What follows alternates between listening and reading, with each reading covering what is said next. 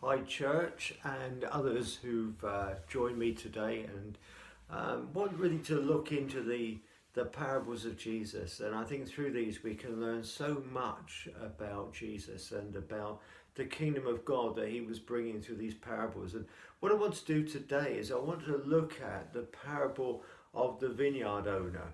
Often it's given another name in Bibles, but the title I want to use is the parable of the vineyard owner, because I think, like the prodigal son, it's not about the son there, is about the father. I think this here is about the owner of the vineyard, not so much the people in the vineyard, the vine growers as they're often called.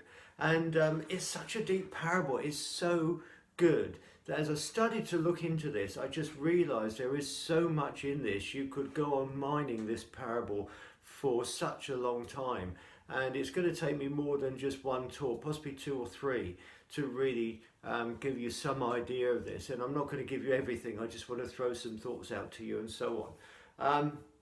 You can argue that this parable actually starts back in Genesis, wow, and carries on past the death and resurrection of Jesus to AD 70.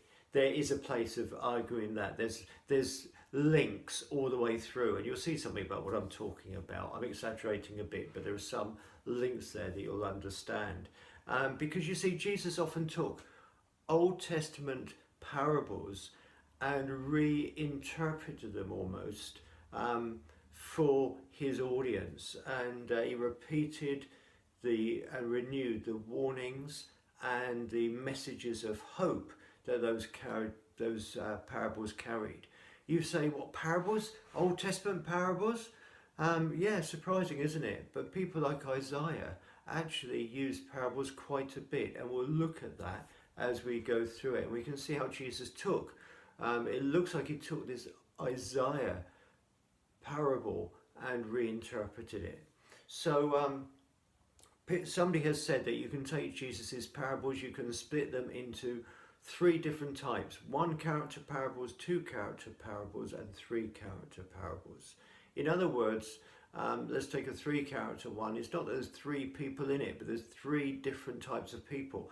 And very often what you get, and that's what this one is, you get an authority figure and you get two other characters who are either the good characters and the bad characters, if you like. And the authority figure often gives responsibility to the others, but the bad characters are the ones that it doesn't end well for, as you'll see, and so on. So this is one of those, and it's a parable of warning, really. And these parables, Jesus tended to use these sorts of parables as he went into Jerusalem. So, you know, this is after the entry into Jerusalem, and often it was like as he focused in on going into Jerusalem, and he knew this was like his final journey, and he knew he was going to the cross.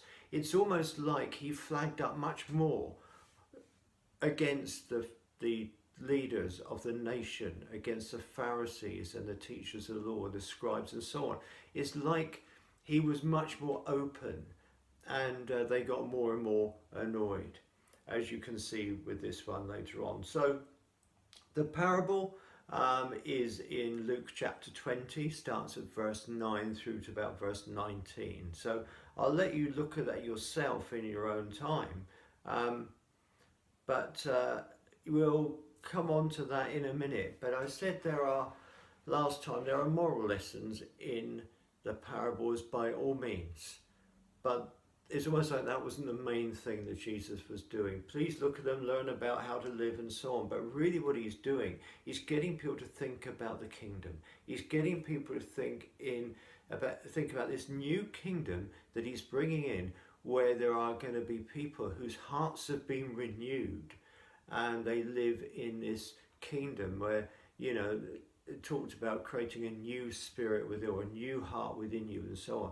And Jesus is talking about how things are changing, and he's taking something from the Old Testament right the way through and saying, I am the fulfillment of this. This is what this new kingdom is going to look like. So the idea is to focus on what Jesus is bringing in this.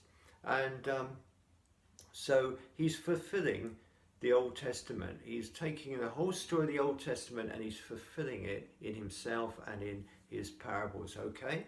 So the story in Luke 20, starting at verse 9, has echoes from Isaiah chapter 5, verses 1 to 6. And as I say, knowing the context of everything, as I said last time, is everything.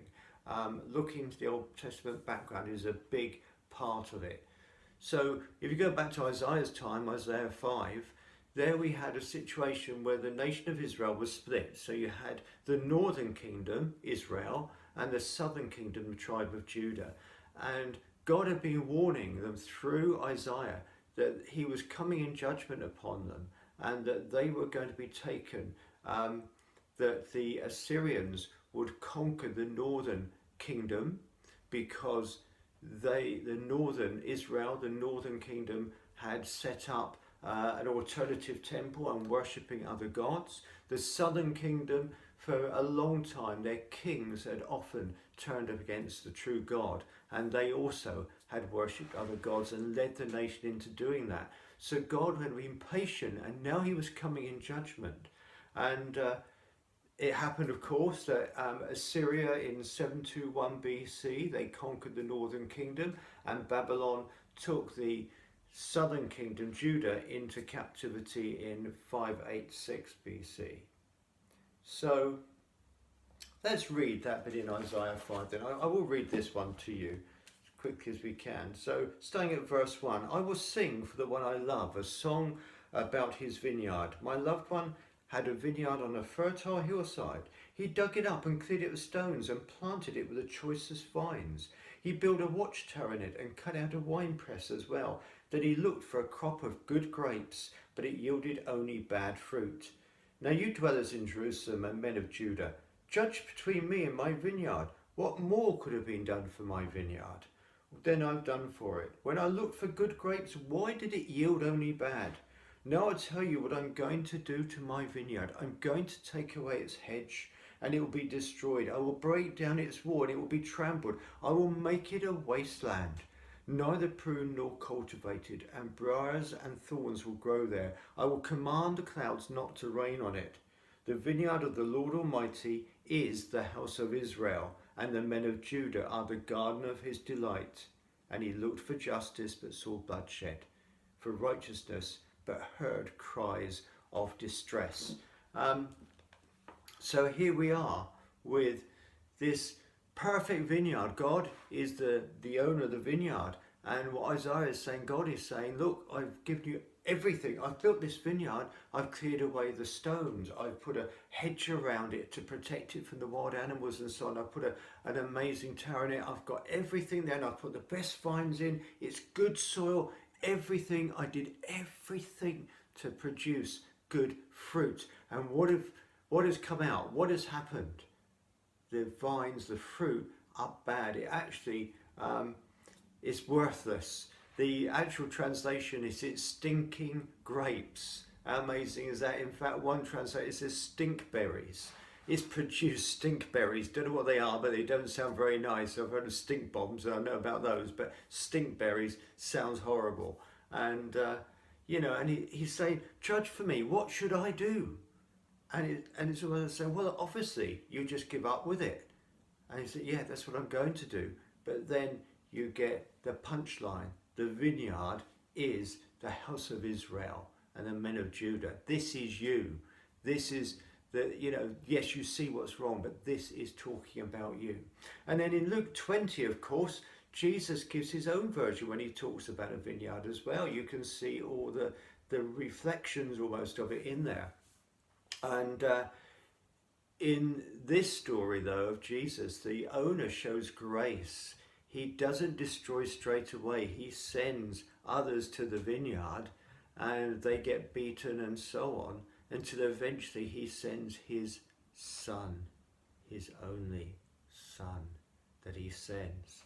And of course, they kill him, and then he destroys the vineyard. And the whole thing is a whole story, an extension of the whole Old Testament storyline. You know that there's a garden that starts the Bible off, isn't there, in Genesis. And gardens or vineyards or whatever are so important throughout the Bible. And, you've got this picture of God planting Adam and Eve in this garden, in this perfect place, give them everything they need. Fruit, the trees and so on, everything is there. And then they sin. They blow it, if you like the term. And they have to be exiled out of that particular place because of their sin. So same sort of picture. And then we have Abraham, who starts it again, if you like, and he builds up. Eventually the whole nation of Israel comes out of Abraham and what he did. And again, we find the nation destroying what God had set in place. He got it all set up for them. He worked so hard. He kept them through the desert and all the rest of it. He brought them into the promised land. But again, they have made major mistakes. We have the whole thing of them being taken off into captivity. But even when they returned, there has still been, Jesus again is giving this parable about this garden or vineyard or whatever, and how they're failing. And gardens, vineyards and so on crop up in scripture, so do rivers quite a bit. If you look at Revelation 22 verses 1 and 2, you can see that we finish with a garden as well. It's in there right at the very end. And this story, it comes when Jesus has marched into Jerusalem on a donkey, but he's marched in anyway. He's come in, he's overturned the tables of the money changers, and what he's doing is announcing the city will be destroyed. He's saying, this is over now. I'm clearing this out. This stops now. The rightful king has come. The owner of the vineyard has turned up, and it's now over. He's had enough. The vineyard owner has run out of patience. So there we are. We have a bit of a background to the story, to look at it in a bit more detail perhaps as well later on. And we could ask ourselves, why does Jesus bring this story now? Now he's come into Jerusalem. What is he trying to say? What is behind it? And will those who listen, will they get it? Will they understand what he's trying to say? Well, find out next time, or even better still, you might want to look it up yourself. But enjoy.